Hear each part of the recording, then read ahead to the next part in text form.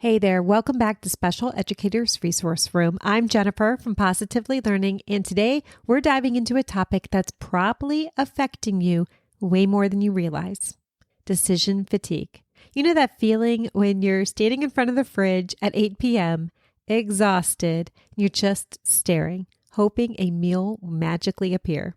Or when you open up a blank doc and suddenly forget everything you've ever known about teaching or writing an IEP.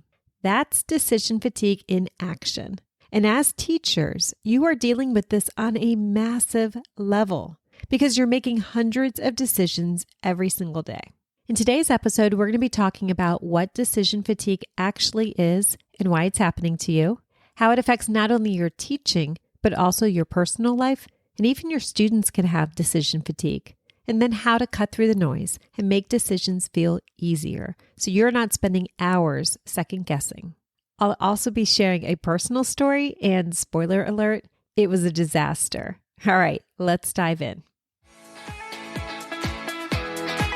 Hey, special educators, I'm Jennifer from Positively Learning. Welcome to the Special Educators Resource Room. If you're like me, you're always looking for ways to save time and streamline your work. That's why this podcast was created, to give you the systems and solutions you need to get your time back. Tune in for tips, tricks, and tools that will help you manage your workload and make the most of your time. Whether you're brand new or experienced, all are welcome in the Special Educators Resource Room. What is decision fatigue and why does it matter? So first, let's define decision fatigue. It happens when your brain gets tired from making too many choices in a short period of time. And it doesn't just mean big decisions. It includes all the little micro decisions too. Should I wear my hair up or down? Which email should I respond to first? Should I start my math block with whole group or small group? Which 30-second Instagram reel should I watch while I drink my coffee?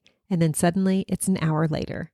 All of those tiny choices add up. And by the end of the day, our brains are exhausted. And this is why teachers can't decide what's for dinner after a long day.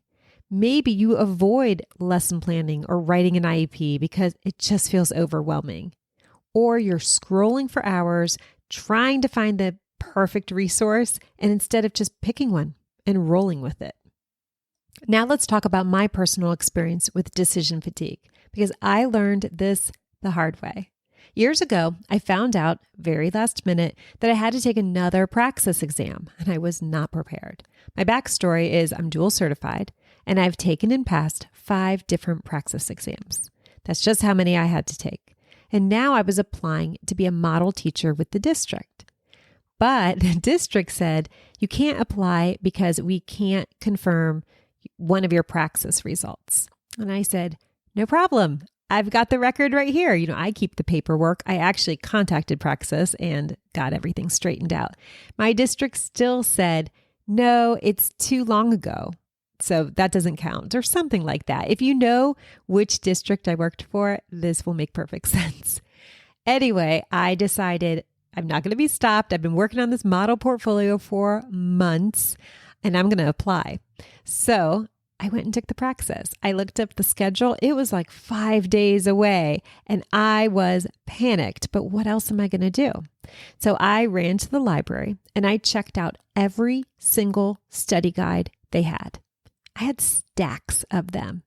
And instead of just actually studying, I was flipping through the different books, trying to figure out which one was best. And I spent so much time comparing, overthinking, stressing about it that I barely absorbed any of the information. I should have just picked 1, maybe 2, and focused. But instead, I overloaded myself with options and I got stuck in analysis paralysis. And this happens in the classroom all the time. We think having more choices is going to help us feel more in control, but in reality, too many choices can really slow us down. Now let's zoom in on the teacher life, because if you're anything like I was, you are making a ridiculous amount of decisions every single day.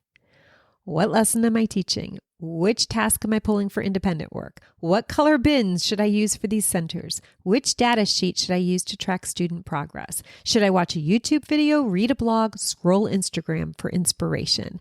And don't even get me started on lesson planning.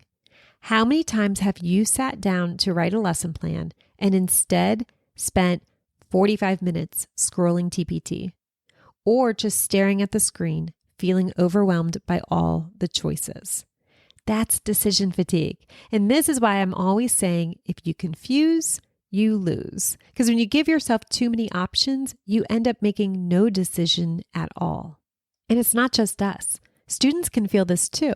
Imagine being a student who struggles with transitions, needs clear, consistent expectations, maybe even feels anxious when things change too much. And every time they sit down to do work, they have to figure out a brand new format.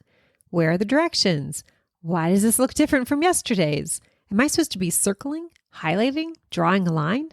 Their brain is working so hard just trying to decode the format that they don't even have much energy left for the actual learning. So if you ever wonder why a student freezes or takes forever to get started with an assignment, this might be why. Now, you know what I'm going to say. This is why I'm so passionate about independent work systems, because when students have a consistent structure, they can focus on the learning instead of wasting energy figuring out what to do. Let's bring this full circle, because the whole point of this episode is to help you cut through the noise and make decisions easier, not harder. So if you're feeling stuck in decision fatigue, here's what you can do starting today. Pick 1 to 2 trusted resources for your professional learning. You don't need to follow every expert on Instagram, listen to 12 different podcasts every week, and download 50 freebies. Find the people, strategies, and tools that work for you, and then go deep.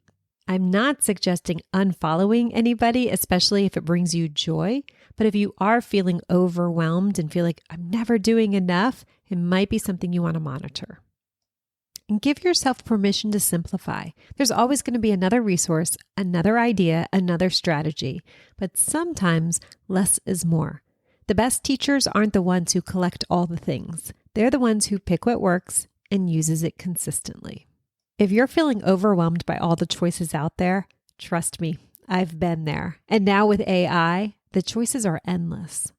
When I first started creating resources, which was 15 years ago, I was always filling in the gaps for my own students. I was making math and literacy materials because I needed them in my own classroom.